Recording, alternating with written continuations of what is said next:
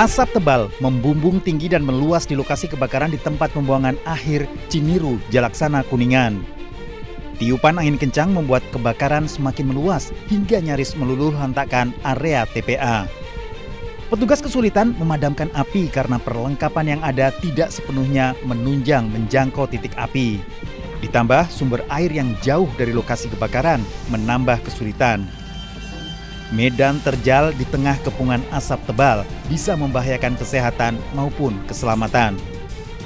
Kita mungkin akan fokus daerah-daerah yang memang rawan, dan terutama supaya menjaga tidak melebar sampai ke lahan ataupun kebun warga itu. Dan untuk luasan tadi sekitar 4 hektar ya Pak. Dan kita akan berlangsung terus berkoordinasi juga dengan Pak Kadis LH. Petugas kembali ditambah dan terus berjibaku di tengah kepulan asap. Dari Kuningan, Jawa Barat, Mahardika iNews melaporkan.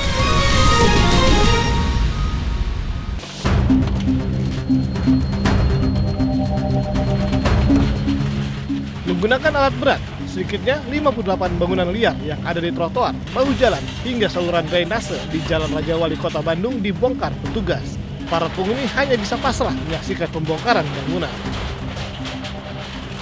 Karena ini merupakan penertiban, jadi kita menertibkan bangunan liarnya. Jadi kita tidak ada kompensasi atau bentuk apapun juga karena memang mereka telah menyalahi peraturan daerah Kota Bandung tentang KT.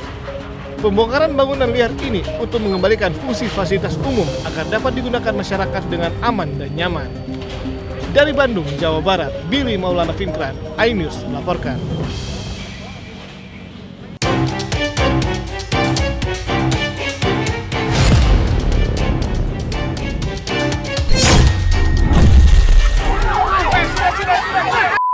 Kamera warga merekam satu unit mobil ambulans menabrak seorang anak saat melintas di tengah keramaian karnaval yang digelar pemerintah Kabupaten Pinrang, Sulawesi Selatan. Insiden terjadi saat ambulans yang membawa pasien gawat darurat diberi akses melintas di jalur karnaval.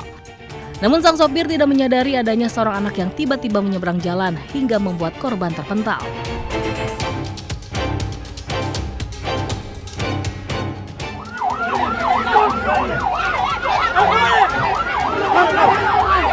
Situasi sempat memanas dan diwarnai ketegangan. Sopir ambulans bahkan sempat mendapat bogaman mentah oleh oknum petugas saat berusaha menghentikan laju kendaraan.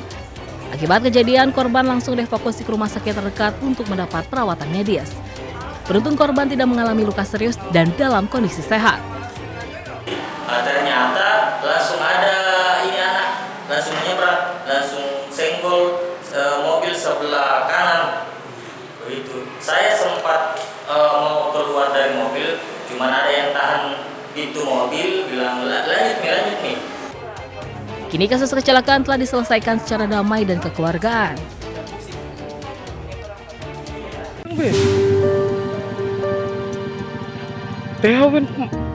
Seekor orangutan dewasa berjalan menyeberangi jalan utama di Kabupaten Tangingan, Kalimantan Tengah. Orangutan kemudian masuk ke area perkantoran dan memanjat sebuah pohon.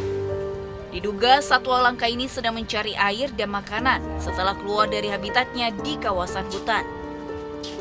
Petugas damkar tidak bisa langsung mengevakuasi orangutan karena selain memiliki tenaga yang kuat, orangutan juga agresif sehingga memerlukan penanganan khusus. Selain itu, diperlukan juga peralatan yang sesuai untuk proses evakuasi. Dan sekarang orangutan ini sudah kembali ke habitat asalnya, yaitu di area hutan di belakang komplek perkantoran Kerekumbang, Kabupaten Katingan. Diduga satwa yang dilindungi ini keluar dari habitatnya di hutan akibat kekurangan makanan. Kebakaran hutan dan juga penebangan liar yang marak membuat orang hutan dan penghuni hutan harus menuju permukiman untuk bertahan hidup. Dari Kabupaten Katingan, Kalimantan Tengah, Adi Sata, iNews melaporkan.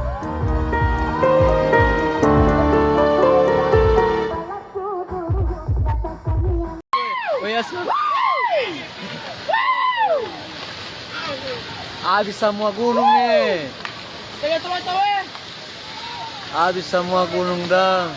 Inilah detik-detik longsor terjadi di area pertambangan ilegal di Kabupaten Pahuwato, Gorontalo. Material tanah dari tebing di lokasi peti tiba-tiba bergeser dan longsor saat aktivitas penambangan tengah berlangsung. Material longsor kemudian menimpa sejumlah pekerja yang berada di sekitar lokasi. Kondisi medan yang sulit dilalui disebut menjadi salah satu kendala dalam proses pencarian dan evakuasi korban.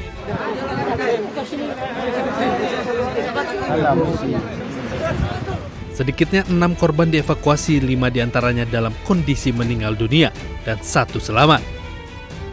Pihak kepolisian sendiri saat ini masih terus berada di lokasi longsor guna mengidentifikasi dan mengevakuasi apakah masih ada para penambang yang tertimbun material longsor. Dari Pahuwato Gorontalo, Nur Faizil Hasan iNews melaporkan.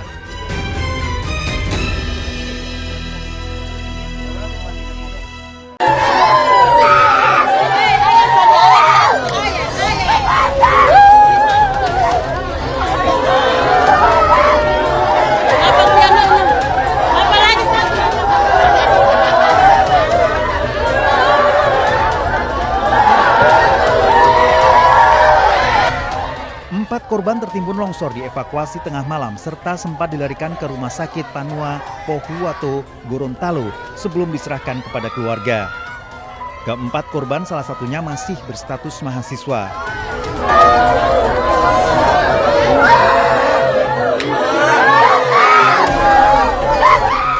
Para korban mulai beraktivitas tambang pada malam hari usai sholat Isya.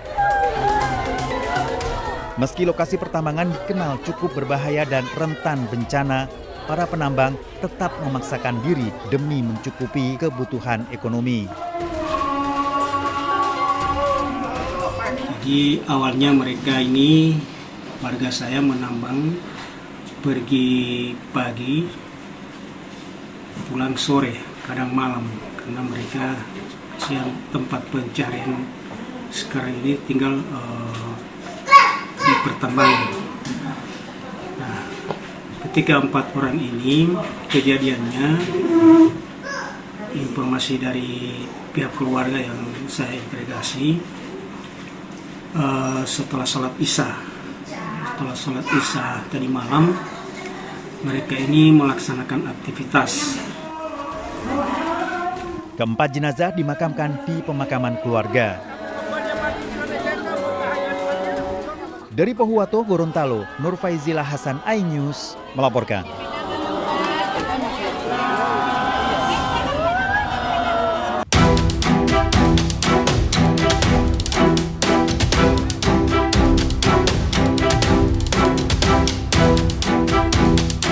Seiring kemarau dan surutnya aliran air sungai, sejumlah buaya dewasa berukuran besar muncul di aliran sungai di wilayah Dusun Rakahlor, Desa Bluru Kidul, Sidoarjo, Jawa Timur. Buaya ini biasa menampakkan diri pada pagi dan sore hari di bantaran sungai yang tidak jauh dari permukiman warga.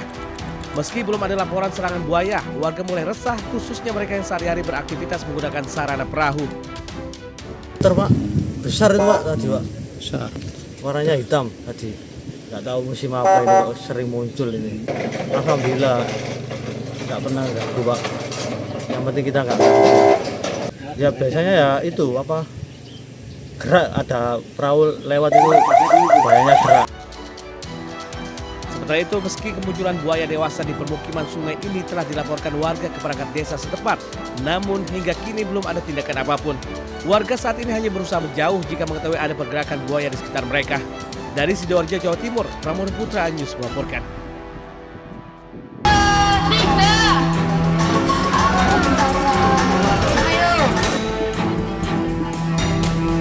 Bergelantungan di tali flying fox hingga berjalan di atas tongkat bambu di sungai, warga Surabaya antusias ikut lomba Agustusan yang berbeda dari biasanya. Peserta juga harus lewati ban bekas yang mengapung, gelantungan di pelepah pisang, hingga kayu sepeda di jembatan papan. Dalam lomba acara Ninja Warrior yang terkenal ini, peserta dituntut kecepatan dan keseimbangan tubuh mereka.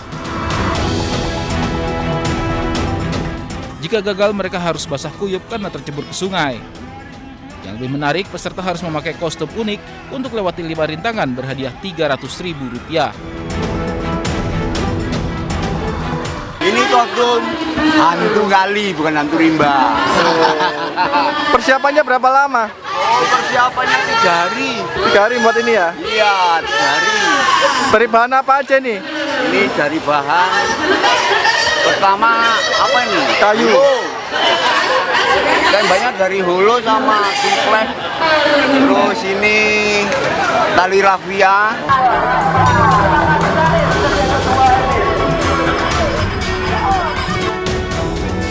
Sementara di Kendal, warga Desa Karangayu, Kecamatan Cepiring menggelar lomba tangkap lele di sungai irigasi. Aksi para peserta saat berusaha menangkap lele mengundang gelak tawa warga. Karena menangkap lele yang licin dengan tangan kosong bukanlah perkara mudah. Sebelum perlombaan dimulai, warga bergotong royong membersihkan sungai agar alirannya tetap terjaga. Melalui lomba yang sederhana ini, warga desa membuktikan bahwa semangat kemerdekaan dapat dirayakan dengan kegiatan sederhana yang menghibur namun penuh makna. Dari Surabaya, Jawa Timur dan Kendal, Jawa Tengah, Rahmat Ilyasan dan Edi Prayetno, iNews melaporkan.